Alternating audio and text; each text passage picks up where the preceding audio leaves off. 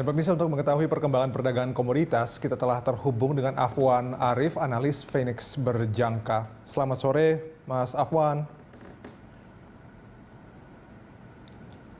Ya, Mas Afwan, seperti apa pergerakan harga emas sejak awal pekan sampai sore ini? Ya, emas sejak awal pekan sampai sore hari ini terlihat cenderung masih dalam keadaan tekanan terkonsolidasi, di mana pergerakan emas masih bergerak terbatas di kisaran 1.720 sampai 1.745 dolar per troy ounce-nya, dengan resisten masih berada di kisaran 1.750. Dan diperkirakan emas masih akan stabil di range pergerakan tersebut hingga akhir pekan nanti. Gitu, Mas. Lalu bagaimana dengan prospek harga untuk pekan depan? Sentimen apa yang akan berpengaruh?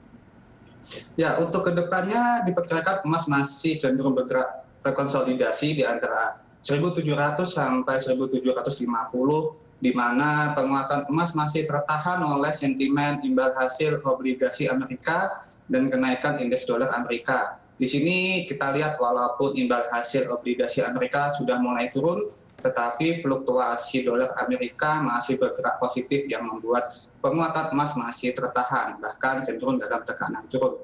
Akan tetapi positifnya, dengan adanya lockdown di Eropa, ada kemungkinan besar berpotensi untuk membuat para pelaku pasar beralih ke aset safe haven, di mana hal ini bisa mendorong penguatan emas ke depannya. Ya, Mas Afwan, kemudian seperti apa rekomendasi dari Anda untuk investor emas, paling tidak hingga akhir bulan ini, hingga akhir Maret?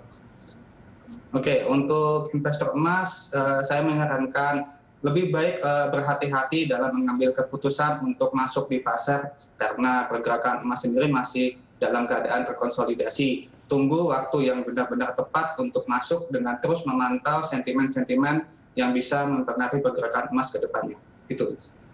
Nah, selanjutnya bagaimana dengan harga olain dan kopi? Apakah Anda melihat ada potensi penguatan hingga pekan depan?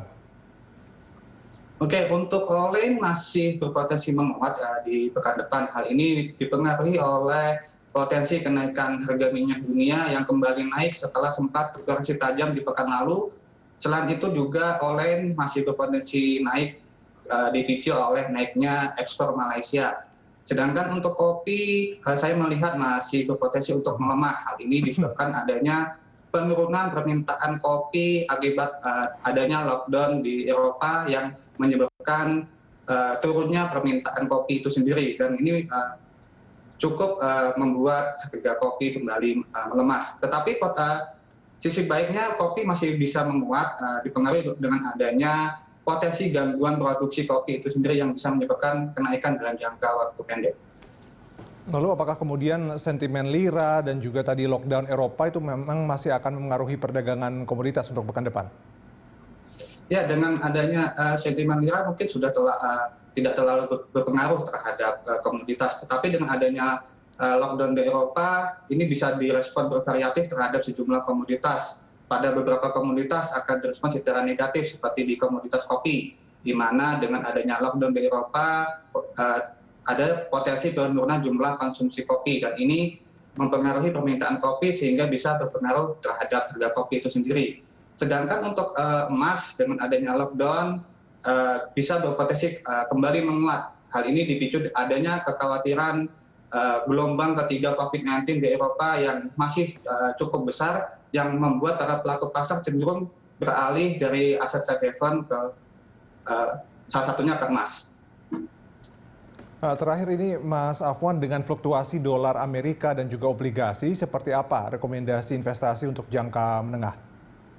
Ya, dengan melihat fluktuasi dolar Amerika yang saat ini masih positif dan obligasi juga masih ada kemungkinan untuk menaik, untuk investasi jangka menengah kita bisa mengamati pergerakan emas dan minyak, karena di kedepannya di dua komoditas tersebut masih berpotensi untuk menguat, terutama di emas, walaupun mendapatkan tekanan dari fluktuasi penguatan indeks dolar dan obligasi, tetapi emas sebagai aset safe haven tetap menarik diperhatikan untuk jangka menengah. Ya, baik. Terima kasih informasi dan analisisnya Afwan Arif, analis Phoenix Berjangka.